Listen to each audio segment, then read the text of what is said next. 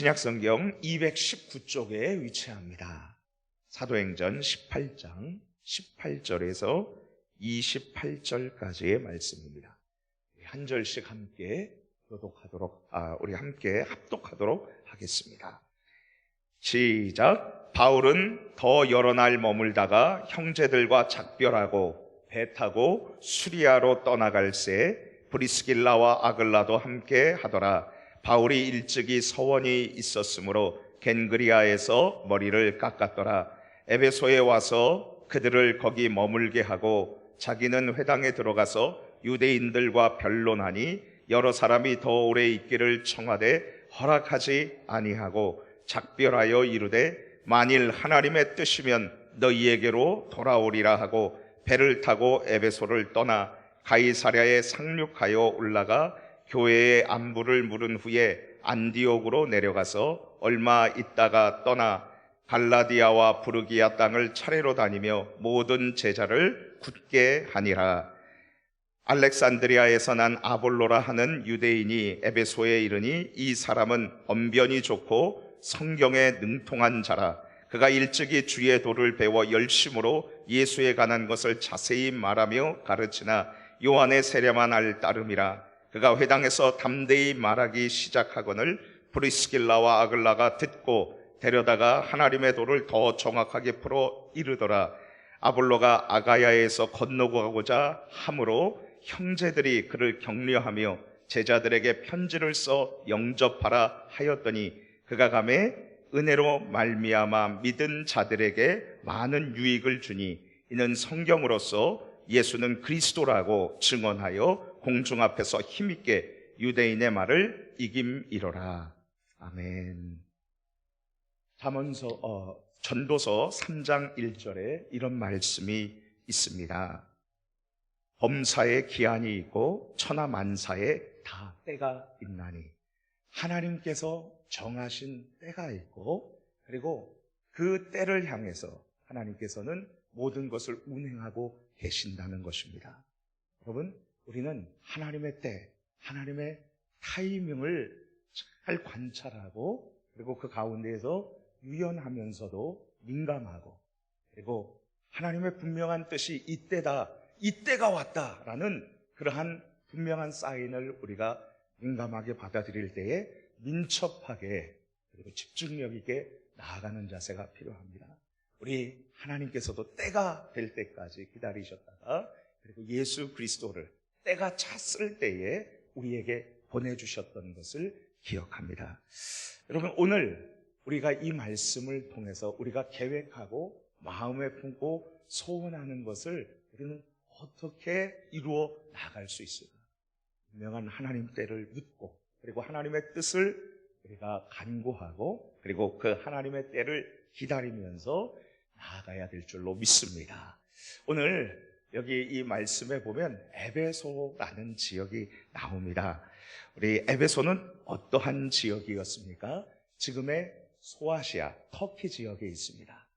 요한계시록의 7번째 중에서 첫 번째로 나오는 가장 아주 번화가였었고요. 그리고 상업의 요충지였고 교통의 중심지 지역이었습니다. 바울이 이곳에서 복음을 전하기를 원했습니다. 하나님의 성령의 충만한 은혜를 받고 성령 하나님의 인도하심을 받아서 1차 선교 여행을 떠나갔다가 온 뒤에 이제 2차 선교 여행을 떠나러 16장에 보면 사도행전 16장 6절에서 보면 애를 심히 썼다고 했습니다. 이 아시아 쪽으로 특별히 터키 쪽으로 그 당시에 문명이 아주 꽃피었었던 이 지역에 복음을 전하고 그리고 이 지역의 수많은 사람들에게 하나님의 그 말씀을 증거하기 위해서 최선을 다했지만 어쩐 일인지 예수의 영이 성령 하나님께서 막으셨다고 그랬어요. 그런 가운데에서 사도행전 16장 6절에서 10절 말씀을 읽어보면 하나님께서 한쪽 문을 막으시면서 또 다른 문을 여시는 모습을 볼 수 있습니다. 그것은 바로 유럽에 이제 들어가는 관문인 마게도냐의 한 사람이 환상 가운데서 바울을 일행에 보여서 건너와서 우리를 도와달라 하는 그러한 이야기를 합니다. 이제 아시아로 가려고 그렇게 마음을 먹었었던 바울은 그 길을 성령 하나님께서 막으셔서 최선을 다해서 복음을 전하려 했지만, 에베소 지역에 복음을 전하려 했지만 성령 하나님께서 막으시는 것입니다. 그래서 환상 가운데에서 이제 이 유럽 쪽으로 가서 유럽의 마게도니아 첫성 빌립보에서 하나님의 복음의 말씀을 기도하며 전했었던 모습을 우리는 볼 수 있습니다. 자, 여러분, 이것으로 끝난 것입니까? 아닙니다.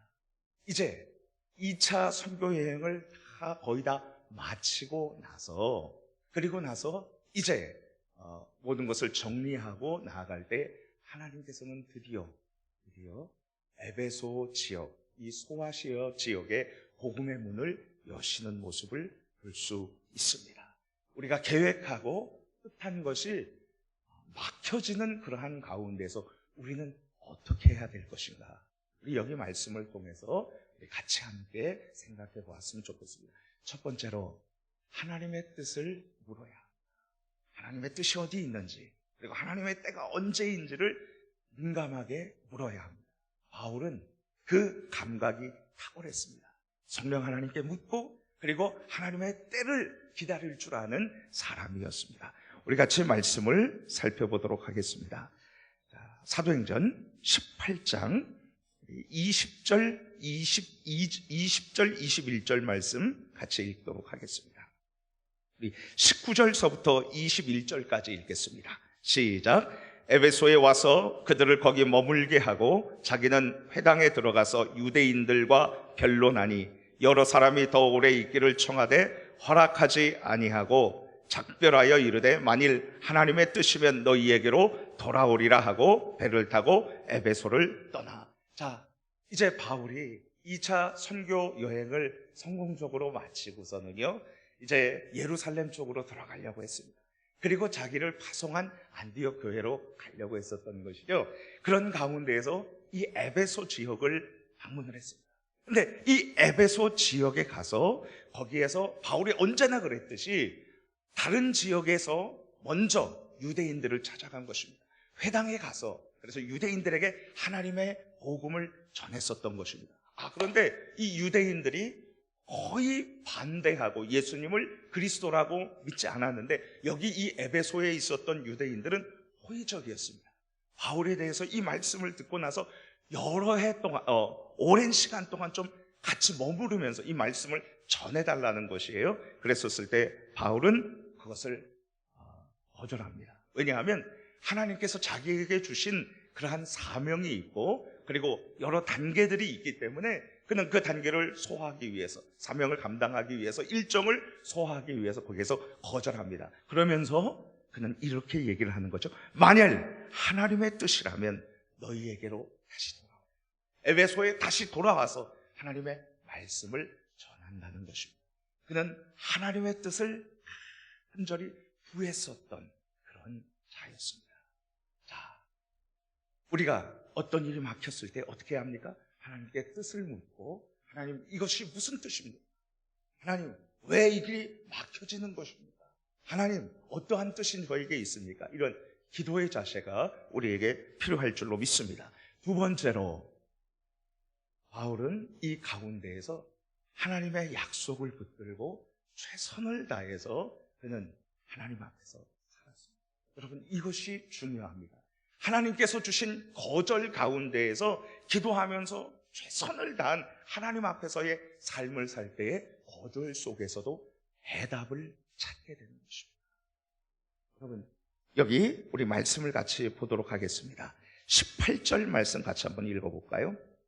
18절입니다. 시작. 바울은 더 이상 더 여러 날 머물다가 형제들과 작별하고 배 타고 수리아로 떠나갈새 브리스길라와 아굴라도 함께 하더라. 바울이 일찍이 서원이 있었으므로 겐그리아에서 머리를 깎았더라.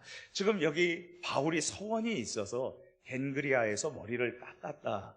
지금 이렇게 이야기를 하고 있습니다. 무슨 서원을 했는지는 잘 모르겠습니다. 서원이란 일정 기간 동안 하나님 앞에서 제가 이렇게 살겠습니다라고 하나님께 약속하고 그것을 지키는 것입니다. 자, 특별히 여기에서 서원을 했고 그리고 머리를 깎았다는 이것을 보면 구약성경 민수기에 나오는 대로 나실인 서약인 것으로 학자들은 그렇게 추측을 합니다. 나실인 서약이 무엇입니까? 하나님 앞에서 구별된 자로 거룩하게 하나님의 뜻을 이루며 살겠노라고 약속할 때 세 가지 약속을 합니다. 머리털을 깎지 않았습니다. 이 자신의 머리를 온전히 하나님께 드렸고요. 그리고 포도주와 독주를 마시지 않았습니다. 그리고 시체, 살아계신 하나님을 생각하면서 하나님 앞에 부정한 시체를 가까이 하지 않았습니다. 만약에 이 기간 동안에 부모님이 돌아가신다면 장례식에도 그는 갈 수가 없었던 것입니다. 왜냐하면 시체를 가까이 할 수 없었기 때문입니다. 자, 이렇게 서원을 하고 부지 중에 그가 어겼을 때는 다시 머리를 깎고 하나님 앞에 처음부터 다시 서원을 드리는 것입니다.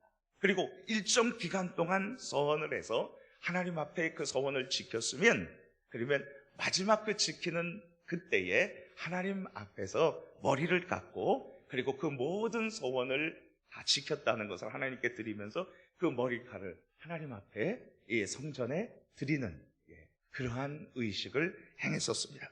바울은 지금 어떠한 서약을 했는지는 여기 나오질 않아서 잘 모르겠지만 복음을 전할 때 하나님 앞에 간절한 열망이 있어서 하나님 앞에 거룩하게 살 것이라는 이 서원을 드렸고 그것을 이루고 나서 자신의 머리를 깎았습니다. 아주 빡빡 머리를 깎고 그리고 그것을 하나님 앞에 이제 드리면서 나아가는 것이죠. 그는 자신의 뜻대로 일이 풀려지지 않을지라도 하나님 앞에 나아가서 하나님의 말씀을 붙들고 하나님께 드렸던 소원을 이행하면서 살아갔었던 사람입니다. 주 안에서 살아가는 성도님 여러분, 우리 오늘 하루하루 살면서 내 뜻대로 안 될지라도 주님의 뜻을 믿고 그리고 최선을 다해서 내 자신을 하나님께서 드리는 자세가 우리에게 필요할 줄로 믿습니다. 우리도 하나님 분명한 뜻이 있을 줄 믿고 하나님 앞에서 믿음의 삶을 끝까지 살아가는 저와 여러분들 되기를 간절히 소망합니다. 마지막으로 바울은 하나님의 이 뜻에 유연하면서도 그러면서도 민감하게 하나님의 뜻을 구하고 그리고 최선을 다해서 살았죠. 그리고 민첩하게 집중력 있게 하나님께서 열어주신 길을 최선을 다해서 나아갔었던 모습을 볼 수 있습니다. 자, 여러분 여기 이 말씀에 보면 그는 이제 이 에베소에 브리스길라와 아굴라라는 믿음의 동역자를 거기에다가 둡니다. 그리고 나서 이 에베소를 이제 사도행전 18장 23절서부터 보면 여기에 3차 전도 여행, 선교 여행을 떠나는데 21장 16절까지 이어지는 이 긴 3차 전도 선교 여행 가운데에서 에베소를 이 선교 기지로 만드는 모습을 볼 수 있습니다.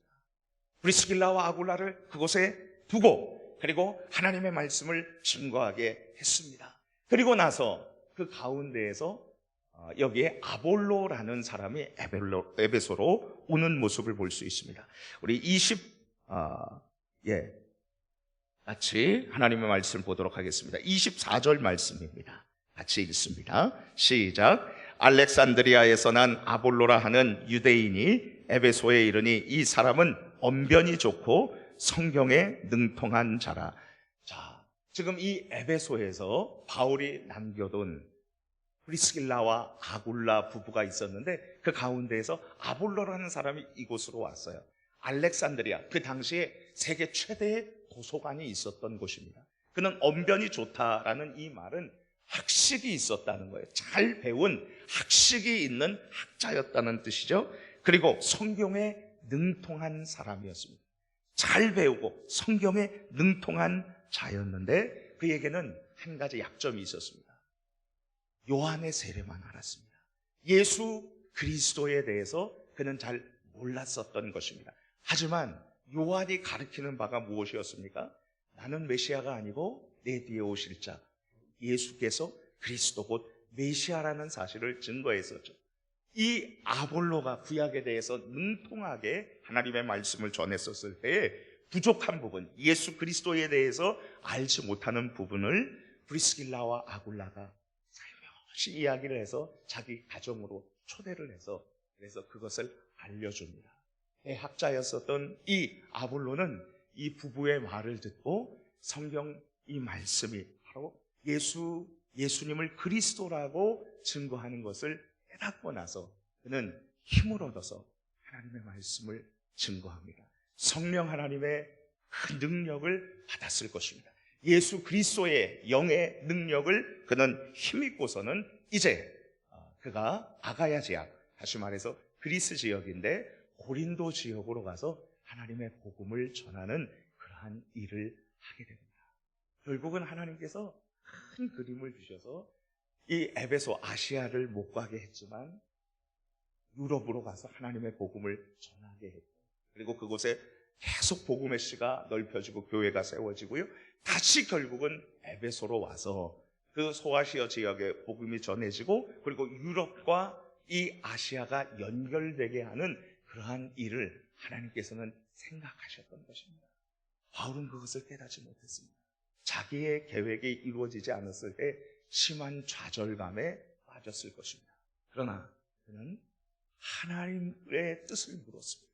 그리고 하나님 앞에서 정결한 삶, 그리고 하나님 앞에서 구별된 삶을 살았습니다. 그리고 하나님께서 조금의 문을 열어주셨을 때, 그리고 복음의 문을 열어주셨을 때 그는 집중력 있게 그리고 민첩하게 하나님의 일을 감당해서 결국은 아시아 지역의 복음의 문이 열려지고 이 에베소 지역에 광대한 하나님의 복음의 문이 열려져서 놀라운 그러한 하나님의 뜻을 이루는 모습을 볼 수 있습니다. 주님 안에서 사랑하는 성도님 여러분, 우리가 계획한 여러 가지 계획이 있을 것입니다. 이 계획들이 견고하게 성취되는 일은 무엇이겠습니까? 우리도 하나님의 뜻을 묻고 그리고 하나님의 때를 기다리면서 최선을 다해서 도전하는 것입니다. 주님 앞에서 하나님께 소원하는 바 기도하고, 그리고 뜻을 구하고, 그리고 민감하게 하나님의 뜻을 깨닫고 난 후에는 집중력 있게 나아가는, 집중력 있게 민첩하게 하나님의 뜻을 이루며, 그리고 결국은 하나님께서 주신 계획들을 성취하는 그러한 복이 저와 여러분들 모두에게 있게 되기를 축복합니다. 여러분, 우리 남북전쟁에서 장애인이 된 남군 소속의 무명의 용사가 쓴 기도문이 있습니다. 제가 한번 좀 읽어드릴게요. 힘이 센 강한 사람이 되게 해달라고 기도했습니다. 그러나 약자가 되게 하시어 겸손히 순종하는 법을 배우게 해주셨습니다. 부자가 되어 행복하게 살게 해달라고 기도했습니다. 그러나 가난한 사람으로 지혜롭게 인생을 살도록 해주셨습니다. 권력 있는 강자로 사람들의 찬사를 들으며 살게 해달라고 기도했습니다. 그러나 약자가 되게 하시어 하나님을 의지하는 신앙인으로 살게 해주셨습니다. 인생을 마음껏 즐길 수 있는 모든 것을 다 달라고 기도했습니다. 그러나 모든 것을 즐기고 감사할 수 있는 생명을 주셨습니다. 내가 하나님께 간구한 것은 아무것도 받은 것이 없습니다. 그러나 마음속에서 희망했던 모든 것은 모두 받았습니다. 내 모습, 내 자신의 모습 그대로 나는 하나님의 축복을 가장 많이 받은 사람 중 하나라고 고백하고 싶습니다. 주님 안에서 사랑하는 성도님 여러분, 하나님은 우리의 기도를 반드시 들으시고 기억하시고 어떠한 방법으로든 이루십니다. 하나님의 때에 이루십니다. 이것을 믿고 우리가 같이 오늘도 기도하며 믿음으로 승리해 나가는 저와 여러분들 되기를 축복합니다.